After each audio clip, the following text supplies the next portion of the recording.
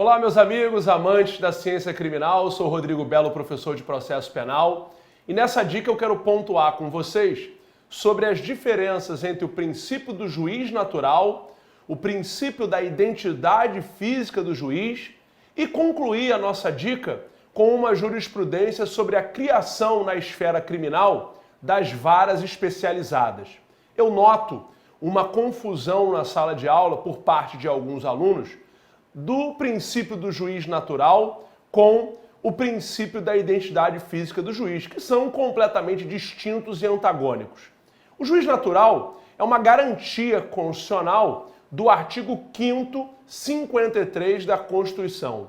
A necessidade democrática desse princípio é tão significativa que ainda recebe uma proteção do artigo 5º, 37, onde se impede no Brasil a criação dos tribunais de exceção.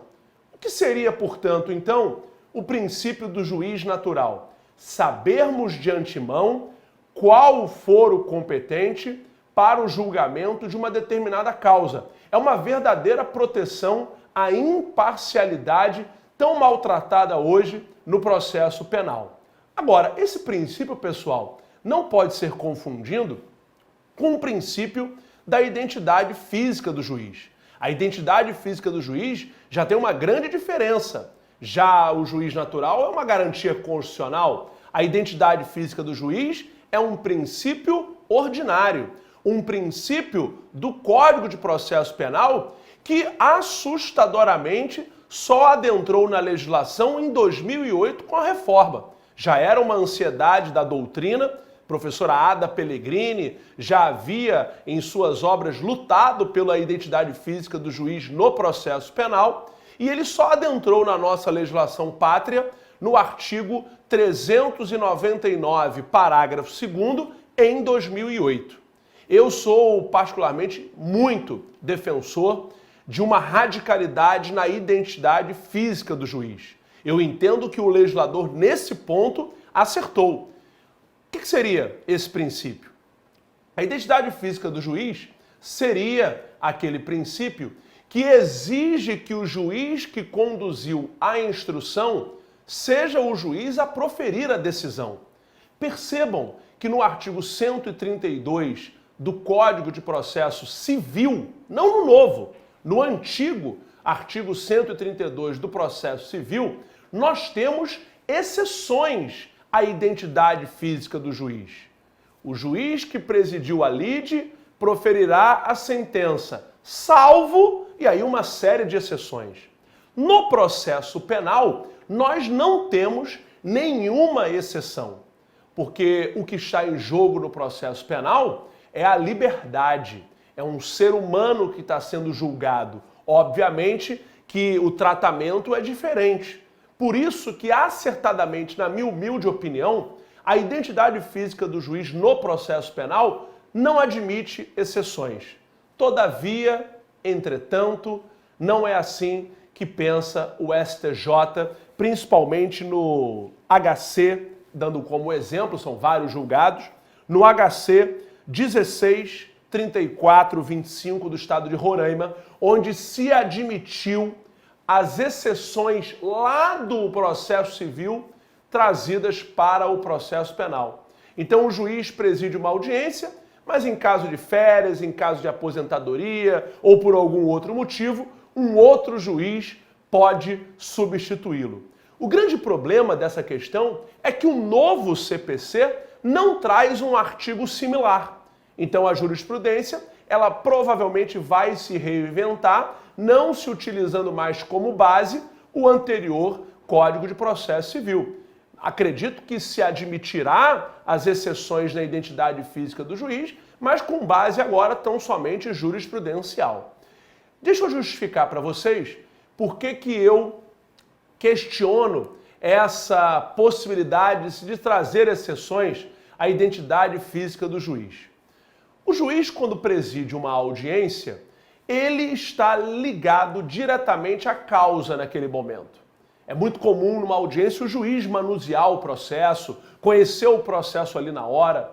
A presença física do réu, ao meu ver, é importantíssima para a qualidade do processo penal. O juiz criminal, ele é um avaliador de emoções alheias.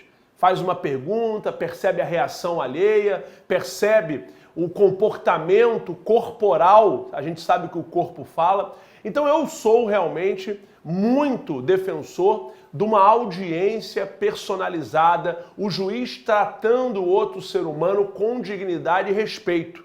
Isso não significa impunidade, isso significa respeitar os dogmas democráticos. Agora, se admitirmos a exceção à identidade física do juiz, a gente corre o risco de um outro juiz que não presidiu a audiência julgar um ser humano com base em papel. Isso se ele ler o processo inteiro, porque a gente sabe o volume de trabalho que os magistrados têm e a gente não pode correr esse risco de julgar um ser humano com base em papel. Não sei também se o magistrado vai ter tempo para acompanhar o vídeo gravado da audiência. Então, a identidade física do juiz no processo penal, ela veio no 399, parágrafo 2º, de forma radical, pensando justamente na qualidade do processo penal. O julgador precisa conhecer o acusado e, principalmente, conhecer a causa. Infelizmente, o STJ admite exceções à identidade física do juiz. Para concluir a nossa dica, seria possível, no processo penal, a criação das varas especializadas? Ou seja, seria possível no processo penal termos num tribunal a vara criminal de combate aos crimes da lei de drogas, a vara criminal de crimes perpetrados por organizações criminosas, a vara criminal de combate aos crimes de trânsito? O STF entende que sim. Eu, inclusive, defendo também essa possibilidade, já que, especializando a vara criminal, a competência está firmada, competência criminal. A especialização, ao meu ver, é algo mais de regimento interno do tribunal, é algo administrativo, de organização judiciária. Ao especializar o cartório, especializando a vara criminal, se especializa o juiz, se especializa o promotor, se especializa até o serventuário. O que nós precisamos no processo penal? Nós precisamos no processo penal de qualidade e celeridade. E eu sinceramente acredito que a criação das varas especializadas é um interessante caminho para a qualidade junto com a celeridade. Essa foi a nossa dica aqui no Curso Fórum, fazendo uma comparação e dando, obviamente, argumentos reflexivos sobre a identidade física do juiz, o juiz natural e a criação das varas especializadas.